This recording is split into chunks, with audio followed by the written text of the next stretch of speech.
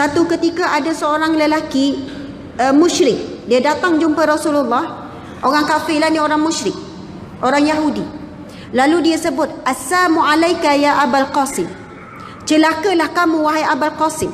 Assalamualaikum. Berhati-hati, kita kadang sebut Assalamualaikum. Assalamualaikum. Assalamualaikum.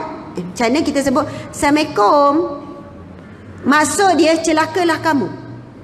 Assam maksud dia celaka.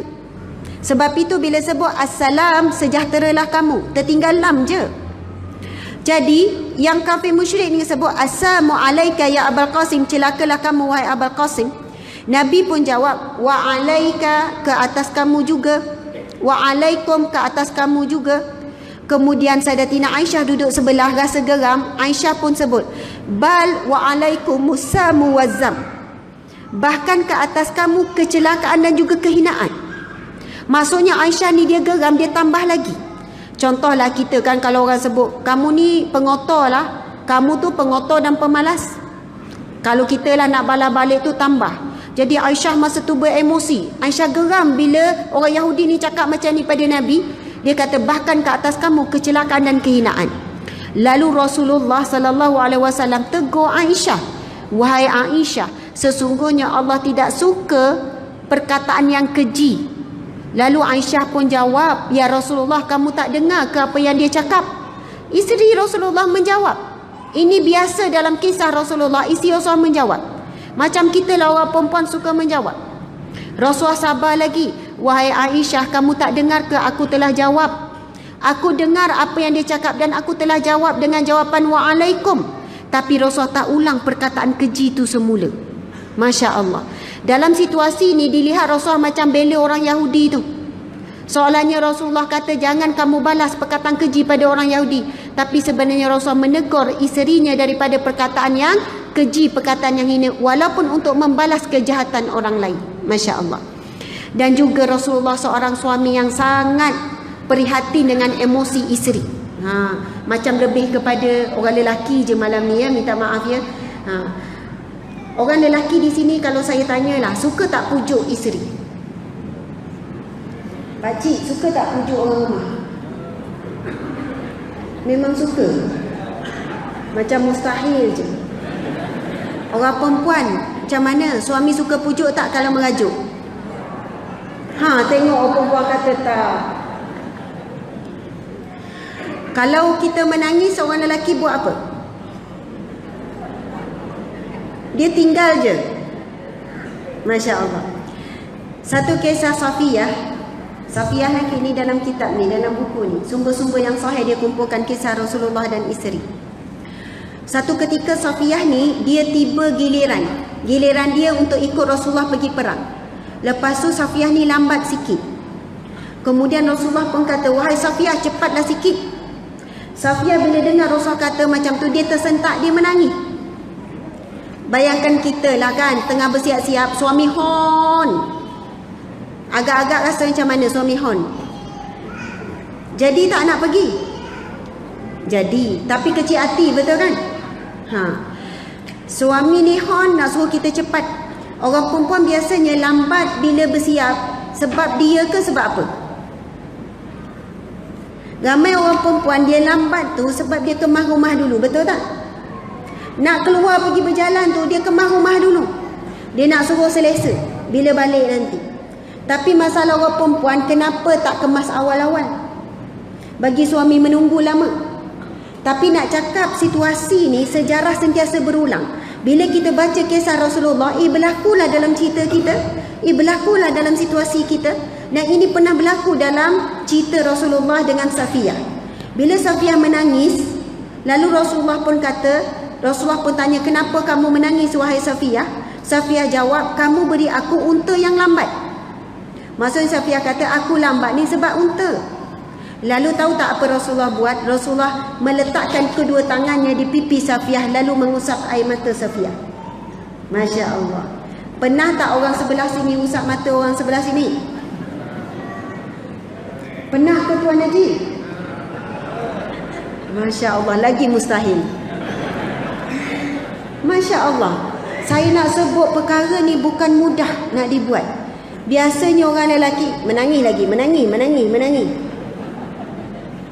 Benda tu pun nak menangis ke? Benda kecil pun nak menangis ke? Tak pun dia buat tak nampak. Habis-habis baik dia bagi kotak tisu.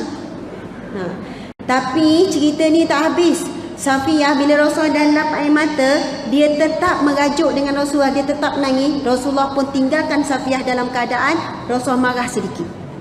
Maksudnya kalau suami dah pujuk kita, walaupun tak kesat air mata, tak payahlah nak harap kesat air mata tu duk olos suruh kesat. Kan kalau suami tu dah pujuk, dah saya minta maaf. Jangan sambung lagi rajuk. Sebab kita bimbang kita tergolong di kalangan orang yang kufur dengan nikmat Allah. Allah berfirman, la in syakartum la azidannakum. Kalau kamu bersyukur, aku akan tambah nikmat. Kamu syukur suami pujuk lalu kamu pun terus saja baik, Allah akan tambah lagi nikmat kasih sayang. Wala in kafartum inna azabi lasyadid. Dan kalau kamu kufur dengan nikmat Allah, nanti kalau azabku yang sangat pedih. Jangan nanti azab di padang mahsyar, azab kubur ataupun azab api neraka. Orang yang kurang syukur, dia dah azab dalam rumah tangga. Macam mana contoh? Seorang isteri diberi seorang suami yang tak romantik, tak reti beri hadiah. Tetapi suami dia ni rajin nolong buat kerja rumah. Tapi suami tak pernah beri hadiah dalam bila birthday. Bahkan masa birthday pun dia lupa. Ini normal ya, sebab ada mesin dalam kepala orang lelaki auto delete. Dia delete semua benda. Sebab itu bila kita tanya dia, bang kerja macam mana? Okey. Dia tak ingat pun apa yang berlaku kat tempat kerja. Orang perempuan dia simpan semua. Silap kalau orang lelaki tanya macam mana kerja, dia boleh cerita daripada awal sampailah balik kerja. Jadi dia delete sekali hari lahir kita pun sama. Kadang hari lahir dia pun dia tak ingat. Ini normal bagi orang lelaki. Masya Allah. Jadi seorang isteri ni kalau dia kurang syukur, dia akan ungkit kekurangan suami ni. Padahal Allah beri kelebihan suami, dia rajin buat kerja rumah. Sebab dia nampak kelebihan ini pada suami orang lain. Ada suami orang lain romantik, suka bagi hadiah, suka bagi bunga, tapi pemalas. Kita tak tahu. Ada pula kita tengok suami ni rajin, suami ni romantik. Kita pun kata untungnya dia dapat suami rajin lepas tu romantik. Tapi dia tak tahu suami dia tu pun pemukul juga. Maksudnya kita ini jangan melihat kelebihan dan juga kebaikan pada orang lain. Kita bimbang kita jadi kufur dengan nikmat Allah. Maka kita kena hitung apa yang ada, apa kebaikan pasangan kita, apa kebaikan anak kita, untuk kita syukur kepada Allah. Lalu Allah tambahkan nikmat. Lalu apa yang kurang itu Allah akan sempurnakan. Masya Allah. Amin ya Rabbal Alamin. Mudah-mudahan apa yang kita kongsikan pada malam ini akan mendapat manfaat, mendapat iktibar ataupun muhasabah yang baik. Wahai para muslimin muslimat sekalian, wahai para ibu dan ayah, wahai para anak sekalian yang ada di sini, saya mohon maaf salah dan silap sepanjang penyampaian ini. Lebih kurang dalam sejam suku, tak siap saya dalam sejam setengah, begitulah Masya Allah. Dan tidak ada yang lain yang kita harapkan daripada perkongsian pada malam ini. Mudah-mudahan ia akan memberi kekuatan untuk kita berubah, untuk kita lihat, kita muhasabah sebagaimana yang disebutkan, hasibu anfusakum qabla an tuhasabu. Hisablah diri kamu sebelum kamu dihisab oleh Allah Subhanahu wa taala. Kemudian Nabi sebut lagi, barang siapa yang menghisap dirinya di dunia, maka ringanlah hisapnya di akhirat kelak. Dan sementara nyawa kita masih ada ini, orang yang paling patut kita tanya tentang hisap diri kita adalah pasangan kita sendiri. Dan ibu ayah pula tanya pada anak-anak, bagaimana kedudukan kita, apa lagi, apa salah contohnya. Kita boleh tanya anak kita, Masya Allah. Allahu Akbar. Saya kalau sebut pasal ni memang rasa sebab, rasa sedih. Bila terkenangkan kadang-kadang ayah, kadang-kadang emak minta maaf dengan kita. Mak minta maaf lah. Kita rasa macam mak tak layak nak minta maaf dengan kita. Sebab apa? Terlalu banyak jasa mak ayah kita. Tetapi seorang ibu bapa yang sangat baik, dia boleh sebut pada anak ni, mak minta maaf ya kalau mak ada buat salah. Ayah minta maaf ya. Sebab apa ibu ayah sekalian, kalau kita nak hitung memang banyak salah kita pada anak-anak. Terutamanya dalam pendidikan, terutamanya dalam kita membesarkan anak kita. Dan kita tak boleh nak ulang balik dah. 20 tahun lepas yang kita dah buat, kita pukul ke, kita buat salah, kita tersilap dalam beri kasih sayang, kita silap dalam kata-kata dan sebagainya. Boleh patah balik tak? Tak boleh. Yang kita boleh buat hari ini adalah minta maaf.